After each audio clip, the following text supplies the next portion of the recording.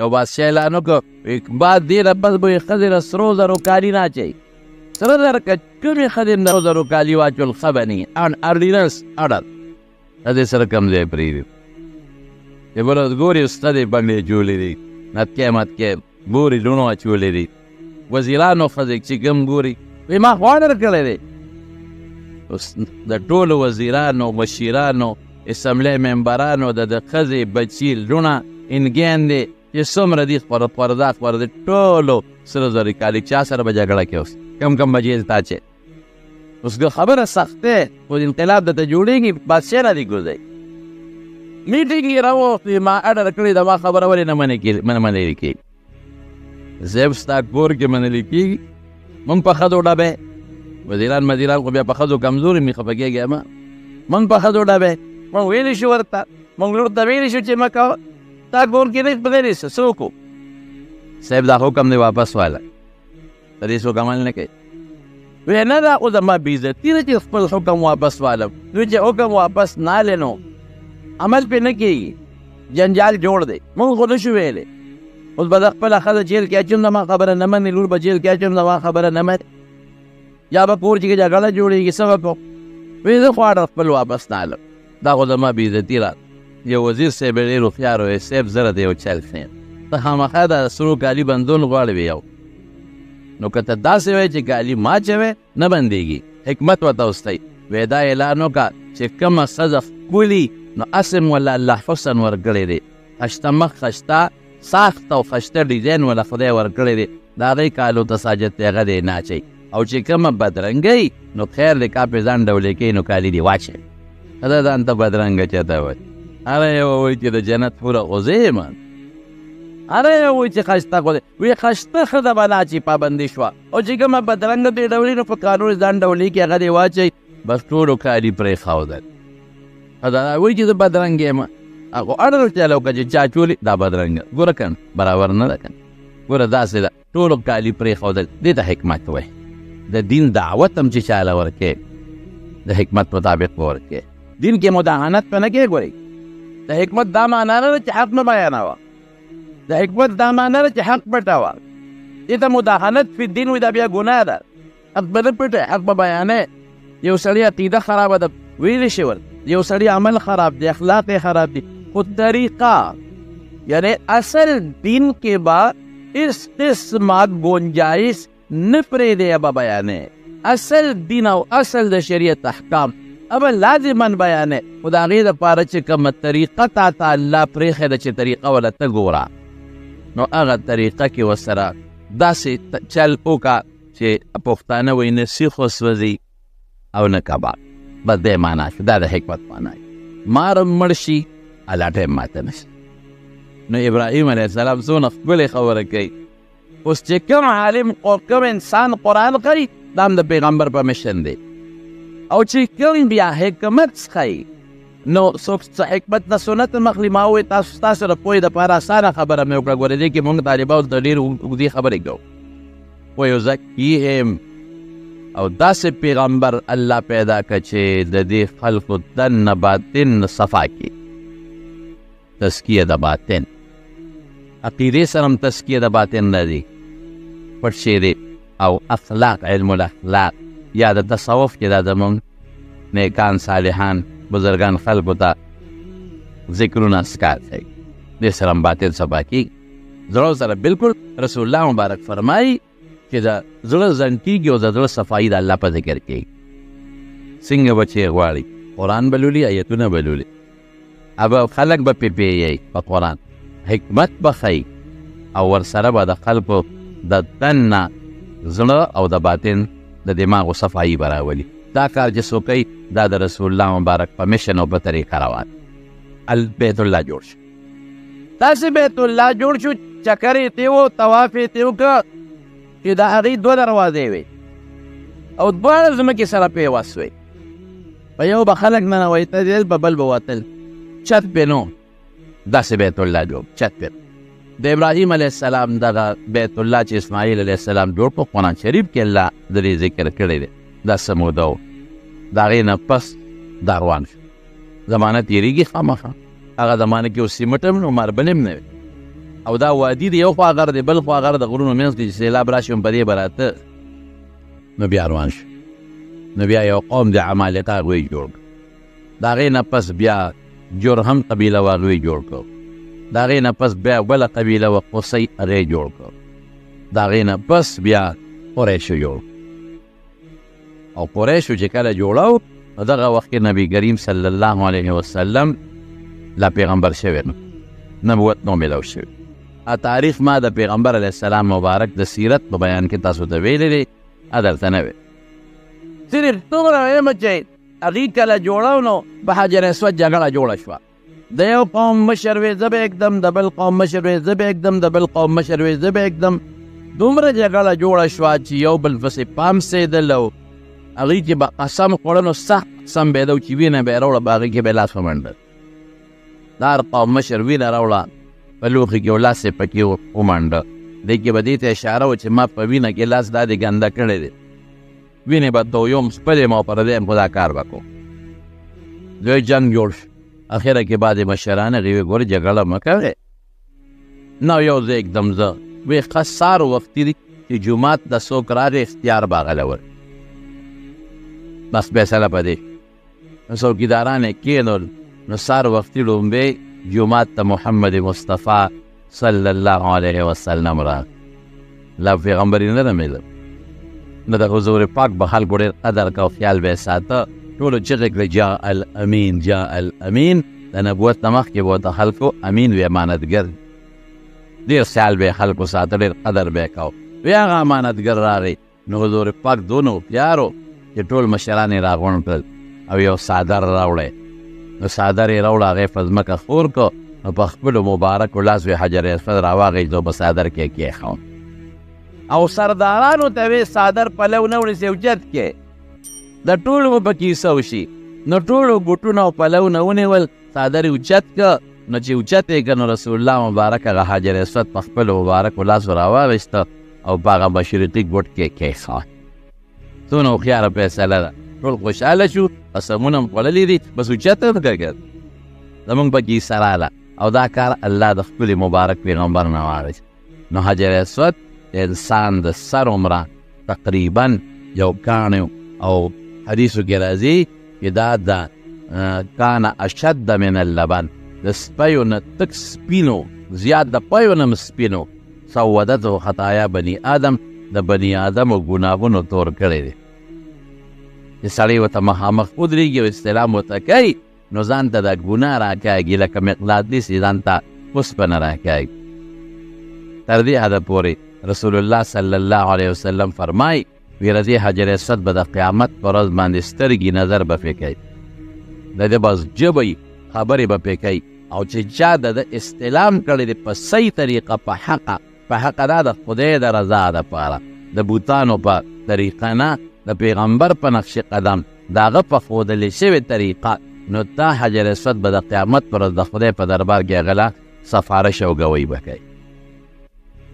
او یو حدیث کې راځي چې الحجر الاسود یمین الله فی الارض، چې دا حجر اسود په مخ د ځمکه داسې دی، په دې ځمکه کې داسې فرض که لکه د خدای لاس چې پروت دی. د خدای خدای زمونږ په شان لاسونه نشته دی چې زمونږ په شان پنځه ګوتې وي، خو د الله شان سره چې څنګه مناسب وي هغسې به وي. خو دا یو تشبیه ورکوي، یعنې دا یو مثال ورکوي چې لکه حجر اسود ته د لاس یوړو، داسې زړه کې راوه لکه چې ما رب العالمین له لاس یوړو، چې دا مې خپل که لکه چې د پروردګار لاس مبارک مې خپل کړی وي. دې وجې نه زه خلکو ته ویم هلته خلک زور لوي په حجر اسود په خپلولو باندې. یو بیړه یو ټیلې ښځې د سړو نه مخکې کېږي او سړي د ښځو نه مخکې کېږي. دومره زور لګوي چې ګناه پکې د خلکو نه قسم په خدای وشي. لکه چې تیل کې او بل مسلمان له دیکا ورکې ضرر دی، لا ضرر ولا ضرر په بل مسلمان ته به ضرر نه رسې. المسلم من سلم المسلمون من لسانه و یده، په ژبه او په لاس په مسلمان ته ضرر نه رسې، نو یو خو مسلمان ته ضرر. نمبر 1. نمبر 2 ښځې بیا پکې راشي. هغه ښځې نو زور لګوي. ته خپله سوچ وکړه چې په یو ځای باندې ښځې او سړي ګډ وي او یو ځای له ځان رسوي، یو به سره جنګېږي او که نه جنګېږي. بلکل د ښځې او سړي وجود داسې جفت یو بل سره جنګېږي، جفت یو بل سره تاسې جفت قسم دی زه درته نشم ویلی بېادبي دې معافي حیا رالره یو بل سره جفت دا وجودونه جنګېدلې ښځه هم زور لګوي چې حجر اسود ته ځان ورسو او سړی هم زور لګوي چې حجر اسود ته ځان ورسو د ښځې نه لوپټال ته پروتې سر ویښتې ببري او چې ګیره شي چغې وباسي بیا ښځې داسې چغې وباسي داسې چغې ځینې مخکې چا درته وایي چې اوس راته دې منځه بیا نه ورتلی شي او نه ورتلی شي او ښځه خو کمزوری شي هم دی نو چغې وباسي یو ډېر لوی عالم نوم یې د دنالم وفات شوی دی ډېر لوی شیخ الحدیث و ډېر لوی مفسر و ډېر لوی عالم تاسو ټول پېژنئ خو زه نوم د داسې دا خلک وفات شوی دی ما ته وایي مولانا دلته راشه وایي کور والا یادول وي د پلانکي مور راته وایي چې حجر اسود را باندې ښکل کړه وایي مې چې ګوره ښځو له ښکلولو ده وایي چې نه زه راغلی مو زه به دا ته حجر اسود به مې نه ښکل کړی او زم به مجبوره شو داسې چل به کوو خو ما پسې راځه چې سړو سره مو نه لګي او حجر اسود هم پکې ښکل کړي وایي ځکې مې ډېرې ووالی خوا دې خوا ځان مې ور ورسو او دا مې ځان نه ور مخکې کړه خو ډېر زیات خولې را نو دی او حجر اسود ته مې دا سر ولونی و باک هغه داسې د سپینو زرو کاسه کې بند و مګر چې عمالقو یو وخت کې حمله کړې وه نو ټوکړی شوی هم دی ټوکړی دی هغه ځان یې اوږده قصه ده نو داسې د سپینو زرو یو کاسه غوندې جوړه کړې ده نو هغې کاسه کې دننه دا حجر اسود دی نو سړی چې هغه سپینو زرو کاسه کې دا صفت دی که لاس ولمي نو پرې ښویږي نه هغه اړه ونیسي او سر ور دننه کړي نو سر پکې ګیریږي نه ولو دی په داسې طریقې جوړ کړی چې شونډې هماغه د حجر اسود مبارک هغه کاڼو ته وررسېږي او په مشکله وایي سر مې راوانغېست هغې لوسه په ډېر تکلیف و په کاسه کې مې ور دننه کړ وایي بیا چې راوتو چې راوځي ځان نه مسله ده راوتل په ډېر بې تکلیفي هغه بیت الله ویښ له وختو سره زور ورکې راوځې به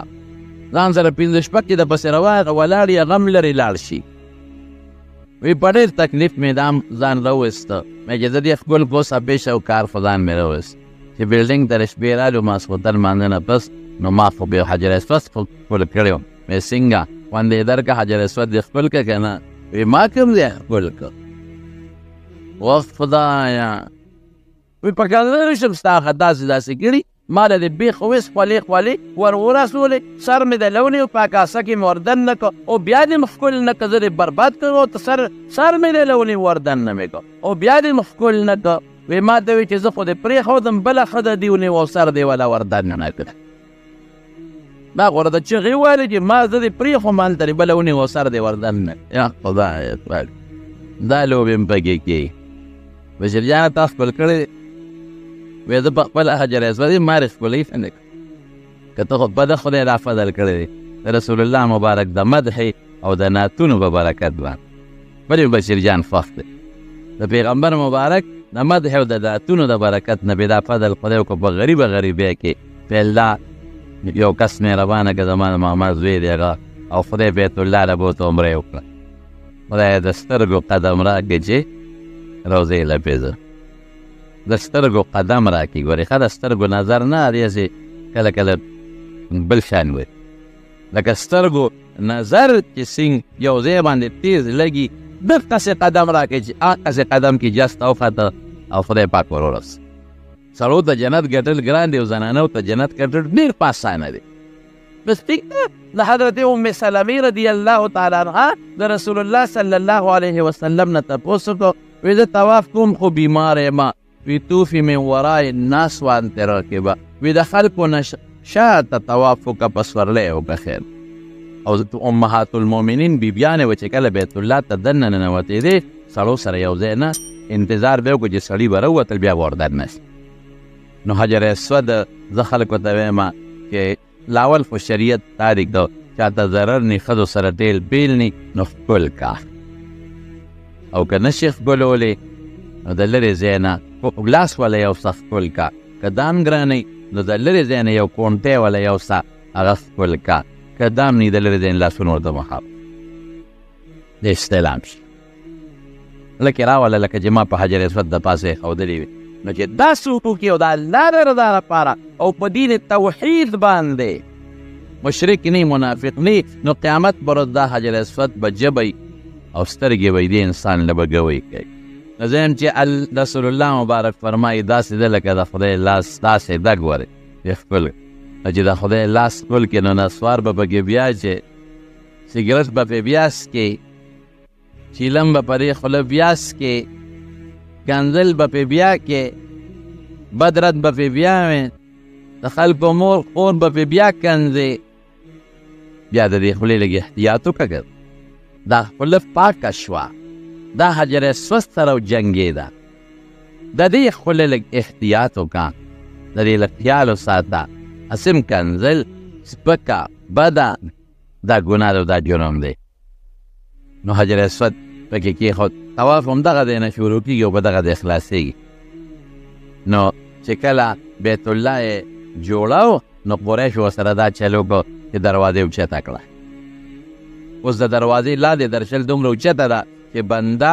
لاس اوچت کي داسې یو ډیپه ده په هغه ډیپه چې ودرېږي او بیا هم لاس اوچت کې زه چې لاس اوچت کړم مثلا نو دا څنګه دغه د لاس دا پنجې ورته رسېږي دا ګوتې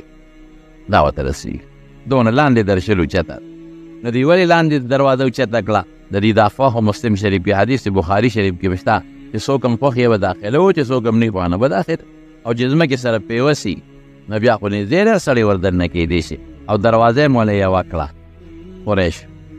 او حلال مال به سره کم و نو حتویم د بیت الله حصه د هغې اعتبار کړه لږ غوندې ډېرې حتویم هغې اعتبار دا چل و د رسول الله صلی الله علیه وسلم د زمانې نه پس عبدالله ابن زبیر رضی الله تعالی عنه هغه په بیت الله شریف کې د خلافت او د بادشاه دعوا چې د بادشاه دعوا وکړه عبدالله ابن زبیر نو د عایشې صدیقې نه یو حدیث یې اورېدلی و د حضرت عایشې صدیقې نه معلومات اخیستل ترور وه د مور خورې وه د بیبي اسما وی ترور د بیت الله متعلق درته حضور پاک مبارک څه فرمایلی وی رسول الله مبارک ما ته فرمایلی و چې زړه مې غواړي چې بیت الله کې 3 قسمه ترمیمات وکړم خو یریږم دا قوم نوې د کفر د راغلي مسلمانان شو یریږم له سره نشي وی به چې زموږ د پلار نیکه دین یې هم ختم کړه او د پلار نیکه هغه بیت الله هم راله جوړ روانوي نو په دې یریږم یعنې 3 ترمیمات مې له غواړي یو دا ترمیم چې دا وسپړم او دا دروازه د ځمکې ویښ سره یو ځای اوس وله پوړی راوړي نو په پوړو ورته ودري بادشاهان او دا چې څوک ورنه په هغې ورنه دروازه به ویښ لا یوسم او دویم دا چې 2 دروازې به کم په یو به خلک وردننه کېږي په بل به وځي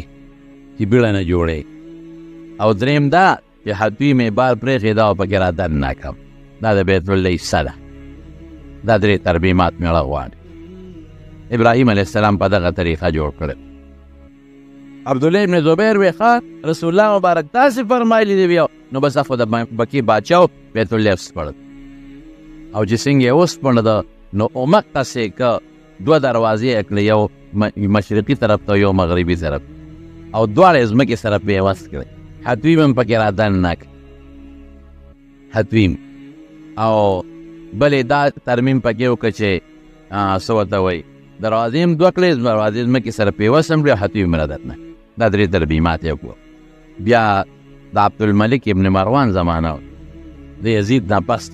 نو عبدالملک ابن مروان حجاج ابن یوسف راولېږه او په عبدالله ابن زبیر یې حمله وکړه نو هغې شهید کړ نو چې شهید یې کړ نو عبدالملک ابن مروان ته حجاج غلطه خبره وکړه وی ګوره د پیغمبر علیه السلام د زمانې د قریشو هغه بیت الله هم روان کړی دی څنګه چل وکړم واپس یې په هغه طریقه جوړ کړم نو عبدالملک ابن مروان او بلکل یې جوړ نو حجاج ابن یوسف هغه بیت الله شریف روان کړ او قریشو چې په کومه طریقه جوړ کړی په هغه طریقه یې که دا اوس چې څنګه دی بیا وله دروازه یوه کړه اوچته یې کړه حتویم هم دې بار وویست بیا څه موده پس عبدالملک ابن مروان حج ته راغی نو بیت الله یې وکتل نو چا ورته وی یو غلطي دنه شوې ده عبدالله ابن زبیر چې بیت الله جوړ کړی نو په خپل خواهش یې نه کړی هغه ته خپل ترور عایشې صدیقې فرمایلو چې دا د پیغمبر علیه السلام ارمان داسې دی هغه دې ارمان تللی دی نو د حضور پاک د ارمان مطابق یې جوړ کړی نو ګوره تا حجاج ابن یوسف ته وی نو واپس دې روان کړه د جاهلیت خلکو چې څنګه جوړ کړی هغسې دی ښه نو تاریخ لیکي چې عبدالملک ابن مروان تر مرګه پورې په دې خپله فیصله ستومان وی دا رانه غلطي شوې ده او بیا د علماو نه تپوس وکړو دی واپس پړم او چې څنګه د حضور پاک ارمانو په هغه طریقه جوړوم علما ورته وی نه بس ګوتې ولا اوسموړه باقي بیت الله مسپړه. بیا هارون الرشید بیا عبدالملک ابن مروان چې جوړ کړ هغې نه پس بیا هارون الرشید امام مالک صاحب نه تپوس کړی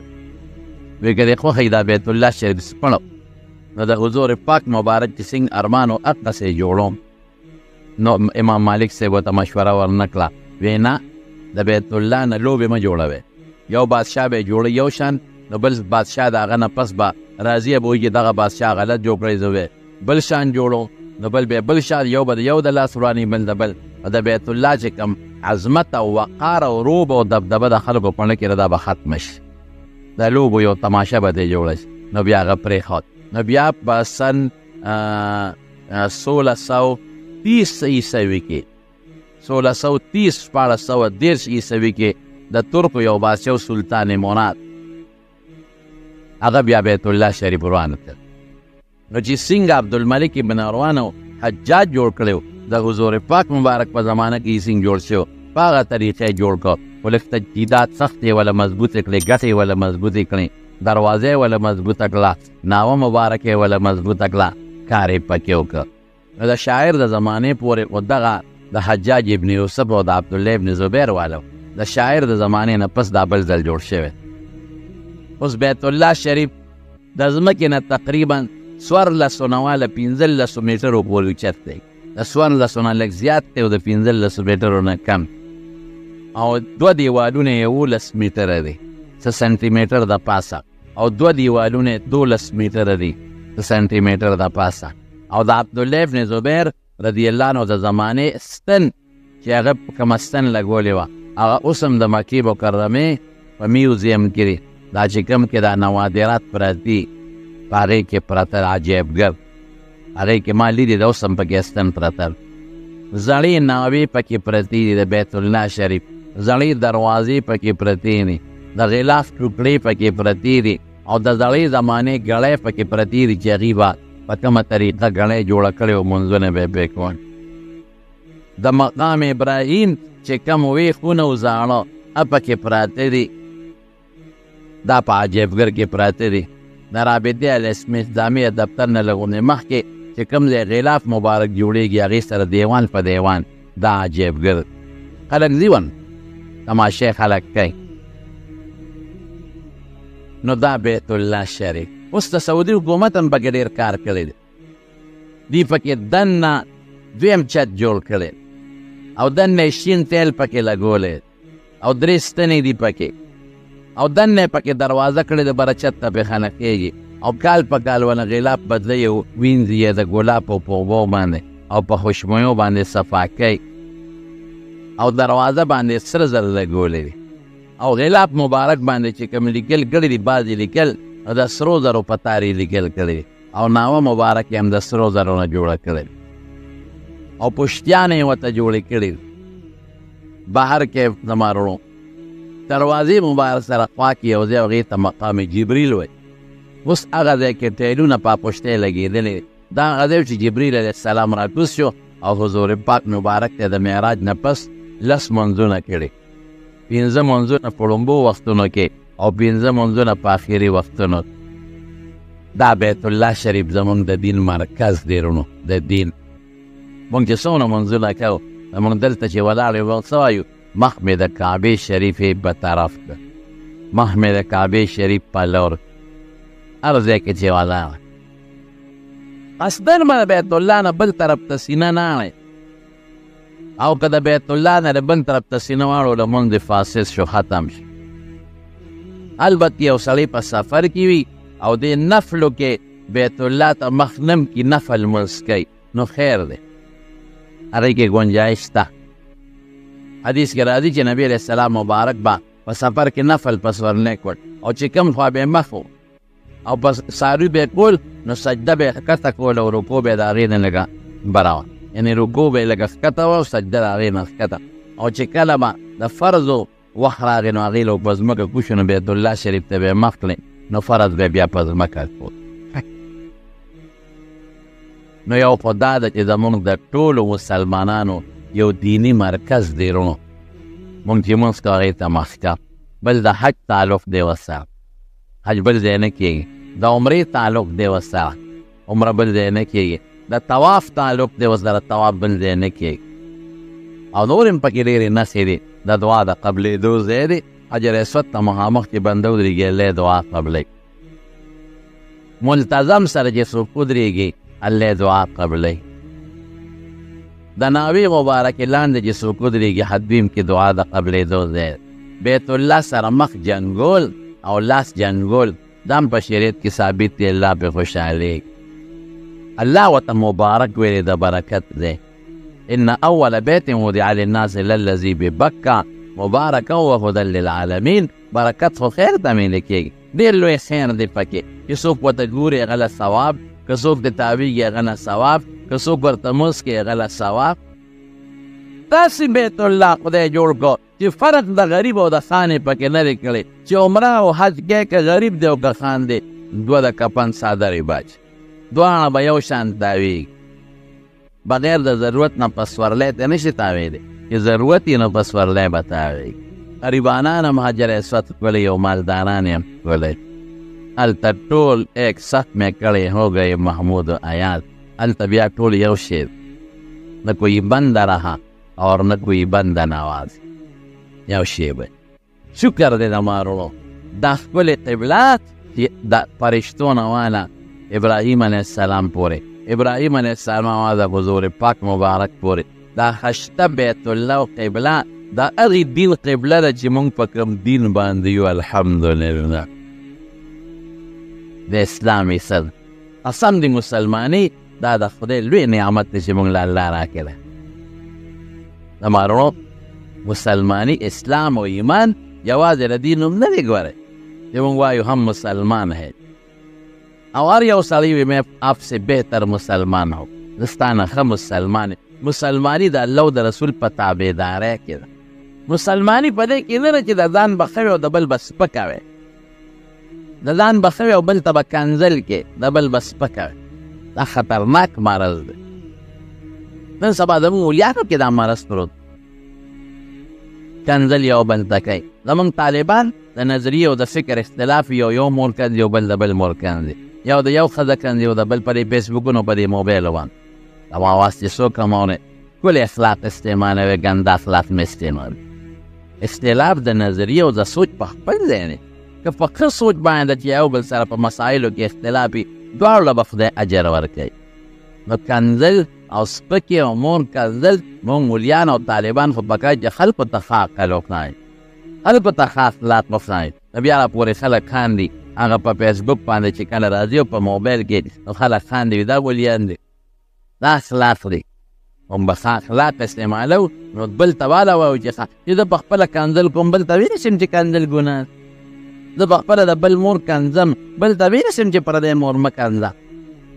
مولیانو او طالبانو او عوام ټولو دوستانو له پکار دی چې د ښو اخلاقو حضور پاک په ډیوټۍ کې یو ډیوټي وتیوزه کې هم دا ډیوټي ده چې د خلکو اخلاق خشته که